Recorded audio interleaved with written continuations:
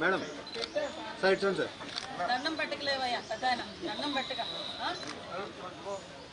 మా అందరికన్నా పెద్దోడు నువ్వు సార్ సైడ్ చూడండి సార్. కాదు అంటే పిల్లలు ఏం చేస్తున్నారు? ఇల్లు రాదు, ఈ వయసు రాదు.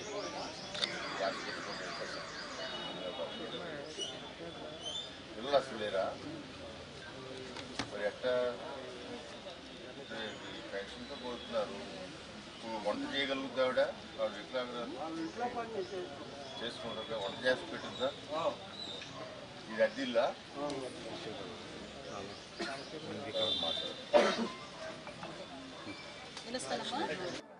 ఎన్డీఏ కూటమి అధికారంలోకి వచ్చిన తర్వాత నుంచి కూడా ఏ ఒక్క నెల కూడా మిస్ కాకుండా ప్రతి నెల పెన్షన్లు ఇచ్చే కార్యక్రమానికి ఒక భరోసా కల్పించే పేదలకి భరోసా కల్పించే కార్యక్రమానికి సాక్షాత్తు ముఖ్యమంత్రి గారు నారా చంద్రబాబు నాయుడు గారు ప్రతి నెల కూడా ఒక్కొక్క నియోజకవర్గంలో ఒక గ్రామానికి వెళ్ళి ఆ గ్రామంలో పెన్షన్ డిస్ట్రిబ్యూషన్ చేయడమే కాకుండా ఆ గ్రామం తాలూకా స్థితిగతులు కూడా తెలుసుకునే విధానంలో ప్రతి నెల కూడా కంటిన్యూస్గా వెళ్లే కార్యక్రమం మీ అందరికీ తెలుసు. దానిలో భాగంగానే ప్రతి నెల ప్రతి క్యాడర్ కూడా ఎన్డీఏకి సంబంధించిన కూటమి సభ్యులు అదేవిధంగా అధికారులు అందరూ కూడా ప్రతి పెన్షన్ కూడా ఇంటికి తీసుకెళ్లి ఎర్లీ మార్నింగే తీసుకెళ్లి వాళ్ళ ఇంటికి తీసుకెళ్లే కార్యక్రమాన్ని కూడా శ్రీకారం చుట్టడం జరిగింది.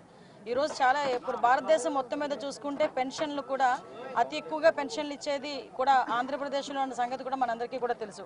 ప్రత్యేకంగా ఈరోజు మనం పెన్షన్ సంగతి చూసుకుంటే ఒక్క డిసెంబర్ నెలలోనే 63,25,999 మందికి ఈరోజు పెన్షన్ ఇవ్వడం జరుగుతుంది. దాని పెన్షన్ రూపంలో సుమారు ఈ ఒక్కరోజు 2,739 కోట్ల రూపాయలు పెన్షన్ రూపంలో ఈరోజు పేదవాళ్ళకి ఇవ్వడం జరుగుతుంది. ఇందులోని మనకంటే 13% మన రాష్ట్ర జనాభాలో 13% ఈరోజు పెన్షన్ రూపంలో మనం అందరికీ కూడా ఇచ్చే పరిస్థితి ఉంటే అందులో 53% ఓన్లీ మహిళలే ఇంచుమించుగా మనకి ఎక్కువ మంది పెన్షన్లు తీసుకునే పరిస్థితి కూడా కనిపిస్తూ ఉంది. ఈ పెన్షన్ విధానంలో కూడా చాలా క్లియర్గా గౌరవ ముఖ్యమంత్రి గారు సూపర్ 6లో భాగంగా చెప్పినప్పుడు 4,000 రూపాయలు పెన్షన్ చేస్తా అన్నప్పుడు చాలా మంది ఎలా చేస్తారు ఏంటి అని కూడా అడిగిన సందర్భాలు ఉన్నాయి. దాన్ని కూడా చేసి చూపిస్తానన్నట్టుగా ఎలక్షన్ గెలిచిన తర్వాత ఇచ్చే కాకుండా ఒక నెల ముందుగానే దాన్ని అనౌన్స్ చేసి మేము ఎన్డీఏ కూటమి వచ్చిన తర్వాత 2 నెలలది కలిపించిన సందర్భం కూడా మీ అందరికీ కూడా గుర్తు చేయాలి. ఎందుకంటే ఈరోజు ఒక అభివృద్ధికి ఎంత పెద్ద పీట వేస్తున్నామో సంక్షేమానికి కూడా అంతే పెద్ద పీట వేస్తూ ఈరోజు రాష్ట్ర అభివృద్ధి పదంలో ముందుకెళ్లే కార్యక్రమంలోని ఒక పక్కన పనిచేస్తూనే సంక్షేమానికి కూడా అంతే పెద్ద పీట వేస్తూ ప్రతి ఒక్కరు పేదల కళ్ళల్లో ఆనందం చూడాలనే ఉద్దేశంతో ఈరోజు గౌరవ ముఖ్యమంత్రి గారు చేస్తున్న ప్రతి పనికి కూడా ఎన్డీఏ కూటమి సభ్యులుగా మేమందరం కూడా వెనకాతలుండి ముందు ఆయనకు సపోర్టివ్గా ఉంటామని చెప్పి మీ అందరికీ కూడా తెలియజేసుకుంటూ ఈరోజు మన గద్దె రామ్మోహన్ రావు గారు కాన్స్టిట్యున్సీలో ఈరోజు ఇక్కడికి వచ్చి పెన్షన్ కార్యక్రమాల్లో నేను పాల్పంచుకోవడం అనేది చాలా ఆనందంగా ఉంది. ఎందుకంటే ఒక సీనియర్ మోస్ట్ లీడర్, ఒక సీనియర్ మోస్ట్ నాయకుడు 5 సార్లు ఎమ్మెల్యేగా నెగ్గి నియోజకవర్గంలో అభివృద్ధి కార్యక్రమాల్లో చురుగ్గా పాల్గొనడమే కాకుండా మాకులాంటి చాలా మందికి మార్గదర్శకంగా నిలిచే వ్యక్తి ఈరోజు. ఎందుకంటే చాలా మృదు స్వభావి రాజకీయాలు ఉండేవాళ్ళు చాలా రఫ్గా ఉంటారు, అందులోని విజయవాడలో ఉండేవాళ్ళు కొంచెం రఫ్గా ఉంటారు అనుకుంటాం. కానీ మా గద్దె రామ్మోహన్ రావు గారిని చూస్తే నాకు ఎప్పుడు అనిపిస్తుంటుంది ఇంత సాఫ్ట్గా కూడా రాజకీయాలు చేయొచ్చు, 5 సార్లు కాదు 6 సార్లు కూడా గెలవచ్చు ఇలా కూడా ఉండి అని చెప్పి ఇలాంటి సీనియర్ల ద్వారా మేము నేర్చుకున్న చాలా సందర్భాన్ని నేను చూస్తున్నా. ఈరోజు పెన్షన్ కార్యక్రమాన్ని కూడా సార్తో పాటు నేను ముందుకి వెళ్ళేటప్పుడు కూడా అక్కడ గమనించిన విషయం కూడా ఏంటంటే ప్రతి ఒక్కరిని కూడా పేరు పిలిచి విడిచి ఆప్యాయంగా పలకరించి వాళ్ళకి అంటే పీపుల్ కన్సర్న్ ఎక్కువగా ఉండే వ్యక్తి ఈరోజు ఈ నియోజకవర్గంలో పెన్షన్ కార్యక్రమంలో పాల్గొనడం అన్నది నాకు చాలా ఆనందంగా ఉంది. అదే రోజు ఈరోజు కార్యక్రమంలో భాగంగా ఈరోజు సార్ కూడా ఒక శంకుస్థాపన కార్యక్రమాన్ని కూడా శ్రీకారం చుట్టడం జరిగింది. ఈరోజు ఎక్కడైతే ఈ రిటైనింగ్ వాల్ ఏదైతే ఉంది రిటైనింగ్ వాల్కి కూడా 1,40,00,000 రూపాయలు పెట్టి ఈరోజు ఒక శంకుస్థాపన చేయడం కూడా చాలా ఆనందంగా ఉంది. దిత్వా తుఫాన్ మీ అందరికీ తెలుసండి. ఇప్పుడు శ్రీలంక అతలాకుతలమయ్యి ఇంచుమించుగా చాలా మంది ప్రాణ నష్టం కూడా జరిగింది. ఓవరాల్గా మనం చెప్పాలంటే ఈరోజు ప్యారలల్గా వెళ్తుంది. ఇప్పుడు మనకి ఏంటంటే డీప్ డిప్రెషన్ నుంచి డిప్రెషన్కి కన్వర్ట్ అయింది.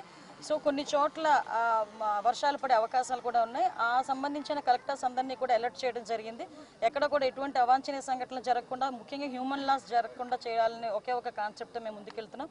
ఏదైతే ప్రాపర్టీ లాస్ కూడా మినిమైజ్ చేయాలని కాన్సెప్ట్తో వెళ్తున్నాం. మీరు అబ్జర్వ్ చేసుకుంటానండి ఇంతకు ముందు కన్నా ఈ రోజు మనం చూసుకుంటే మోంతా తుఫాన్ బుడమేరు దగ్గర నుంచి గౌరవ ముఖ్యమంత్రి గారు ప్రత్యేకమైన దృష్టి పెట్టి తుఫాన్లు వచ్చేటప్పుడు ఎలా ఎదుర్కోవాలి, తుఫాన్ అనేది న్యాచురల్ కలామిటీ, దానికి సంబంధించి మనం ఎదురెళ్ళడం కాదు, దాని వచ్చిన తర్వాత దాని నష్టాన్ని ఎలా తగ్గించుకోవాలన్న దాని మీద ఈరోజు ఆర్టీజీఎస్తో కూడా కోఆర్డినేట్ చేసుకొని డిజాస్టర్ మేనేజ్మెంట్ ఆర్టీజీఎస్ రెండు కొలాబరేషన్తో కూడా ఈరోజు ఎలాంటి తుఫాన్ వచ్చినా కూడా ఎదుర్కోవడానికి సిద్ధంగా ఈరోజు మన యంత్రాంగం కూడా పనిచేస్తూ ఉంది. ఎంతవరకు పనిచేస్తుందంటే ఈరోజు రాష్ట్రం మొత్తం మీద ఎన్ని ఎంఐ ట్యాంక్స్ ఉన్నాయి, ఎన్ని బ్యారేజెస్ ఉన్నాయి, ఇలాంటివన్నీ కూడా మనం చెక్ చేసుకోవడం. ఏదైనా వర్షం పడిందంటే క్యాచ్మెంట్ ఏరియాస్ నుంచి ఎంతవరకు వాటర్ రావచ్చు, చుట్టుపక్కల ఎన్ని సెక్రటేరియట్స్ ఇనండేషన్ జరుగుతుంది, జరిగితే కనుక అక్కడ మనం నియర్ బై ఎటువంటి షెల్టర్స్ ఉన్నాయి, ఇవన్నీ కూడా ముందుగానే ఆర్టీజీఎస్ నుంచి ఆ సంబంధిత అధికారులకి అలర్ట్ వెళ్ళే పరిస్థితి కూడా ఈరోజు మనం అంత టెక్నాలజీని కూడా బేస్ చేసుకుని ఈరోజు పనిచేస్తున్నాం. కాబట్టి ప్రజలు కొంచెం ఒకటే మేము కోరుకుంటున్నారంటే ఇలాంటి తుఫాన్ లాంటి విపత్కరమైన పరిస్థితులు వచ్చినప్పుడు ప్రభుత్వానికి, ప్రభుత్వ యంత్రాంగానికి ప్రజలు సహకరించాల్సిందిగా కోరుకుంటున్నాం. ఈ రోజున పెన్షన్కి హోమ్ మినిస్టర్ గారు అనిత గారికి మనస్ఫూర్తిగా కృతజ్ఞతలు తెలియజేస్తూ, ఇది మా కార్యకర్తలందరూ కూడా ఒక మోటివేషన్. ఎందుకంటే ప్రతి నెల ఉదయాన్నే 5 గంటలకి 6 గంటలకు మొదలుపెట్టి అందరూ కూడా పెన్షన్కి వెళ్తున్న సందర్భంలో హోమ్ మినిస్టర్ గారు వాళ్ళు ప్రత్యేకంగా మన నియోజకవర్గానికి ఇచ్చేసి, విజయవాడ తూర్పు నియోజకవర్గానికి ఇచ్చేసి కొన్ని పెన్షన్లు ఇచ్చి వాళ్ళతో కూడా మాట్లాడటం జరిగింది. అందువల్ల ఇది ఒక మాకు మోటివేషన్. దాంతోపాటు కృష్ణానదికి రిటైనింగ్ వాల్ నిర్మించిన నారా చంద్రబాబు నాయుడు గారికి మనస్ఫూర్తిగా కృతజ్ఞతలు తెలియజేస్తూ, దానితో పాటు ఇక్కడ ఈ ప్రాంతంలో ప్రత్యేకంగా గతంలో మున్సిపల్ కార్పొరేషన్ వాళ్ళు ఒక 400 మీటర్లు వాళ్ళ అవసరాల కోసం గోడ నిర్మించడం జరిగింది. ఆ గోడ కూడా 7, 8, 9 లక్షల వరకు కూడా ఆ గోడ స్టాండ్ అవుతుంది, నీళ్లు లోనికి రాకుండా. పోయిన సంవత్సరం 12 లక్షల క్యూసిక్స్ వచ్చినప్పుడు ఆ రోజు నారా చంద్రబాబు నాయుడు గారు అర్ధరాత్రి కూడా మర్నాడు పగలు 2 పర్యాలు వచ్చి పరిశీలించడం జరిగింది. ఆ రోజున అది పొర్లి, ఈ ఉన్న గోడ పొర్లి నీళ్లు వచ్చి చాలా కుటుంబాలకు ఇబ్బంది జరిగి ప్రభుత్వానికి కూడా చాలా నష్టం వచ్చింది. అందువల్ల దాన్ని కూడా పూర్తి చేయడానికి నారా చంద్రబాబు నాయుడు గారి ఆదేశాల మేరకు కార్పొరేషన్ వారు 1,60,00,000 రూపాయలు వెచ్చించి దాన్ని కూడా నిర్మాణం చేస్తే, ఇక ఇప్పుడు కూడా మనం చూసాం ఈ సంవత్సర కాలం 6 నెలల పాటు వరద వచ్చింది.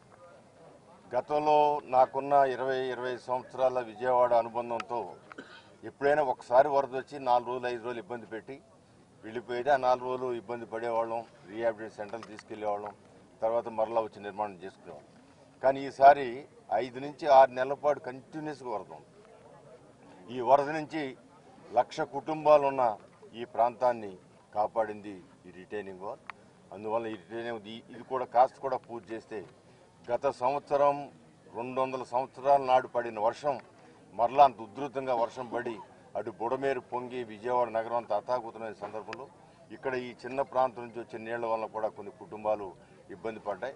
అందువల్ల అట్లాంటి ఇబ్బంది రాకుండా రేపు వచ్చే వర్షాకాలం కలిగి గోడ పూర్తి చేసేట్టుగా నిర్మాణం చేపట్టడం జరుగుతుంది. దానికి ఆవిడ మేడం గారి చేతుల మీద కూడా శంకుస్థాపన చేయడం కూడా మా అదృష్టంగా భావిస్తూ, మరి ప్రభుత్వంలో మరి ముఖ్యమంత్రి గారితో క్యాబినెట్లో నిరంతరం ఆవిడ ఉంటూ ఎక్కడ ఏ సమస్య వచ్చినా చక్కటి స్పందనతో అక్కడ వాళ్ళకి అండగా ఉండేటట్టుగా ఉండటం. అంతేకాకుండా ఎక్కడైనా ప్రతిపక్షం వాళ్ళు చేస్తున్న అవాస్తవాల్ని, వాళ్ళు చెబుతున్న అవాస్తవమైన అబద్ధపు మాటల్ని తిప్పికొట్టే దానిలో మొట్టమొదటి నుంచి కూడా ముందంజలో ఉంటూ అనిత గారు చక్కటి విధానంలో నాయకులుగా డెవలప్ అవుతున్నారు. ఆవిడ కూడా మనస్ఫూర్తిగా నా ఆశీస్సులు తెలియజేస్తూ మరొకసారి ఈ కార్యక్రమం ఇచ్చేసి మమ్మల్ని అందరినీ ఆనందపరిచినందుకు ఆవిడ కృతజ్ఞతలు తెలియజేస్తున్నాను. బాబు తమ్ముడు